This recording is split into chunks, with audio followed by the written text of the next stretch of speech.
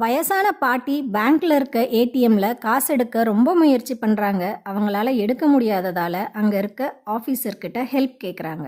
அங்க வந்த ஆபீசர் எவ்வளவு அமௌண்ட் எடுக்கணும்னு கேட்க அந்த பாட்டிமா 300 ரூபான்னு சொன்னாங்க. அதை கேட்டு ரொம்ப கோவமாயிடுச்சு நம்ம ஆபீசருக்கு. 500 ரூபாவுக்கு கம்மியா இந்த ஏடிஎம்ல வராது அப்படின்னு சொல்லி கோவப்படுறாங்க. உடனே அந்த பாட்டிமா, சரிப்பா, என்னோட அமௌண்ட் எல்லாமே எனக்கு எடுத்து கொடுங்க அப்படின்னு சொல்லி கேட்குறாங்க. எவ்வளவு இருந்துற போது இந்த பாட்டிமாட்ட?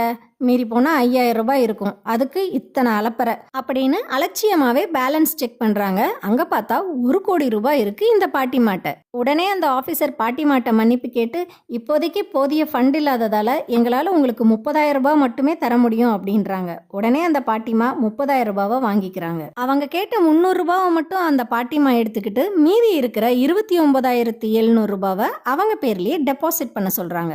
பெரியவங்களோட அனுபவத்துக்கு முன்னாடி நம்ம ஒன்றுமே கிடையாது.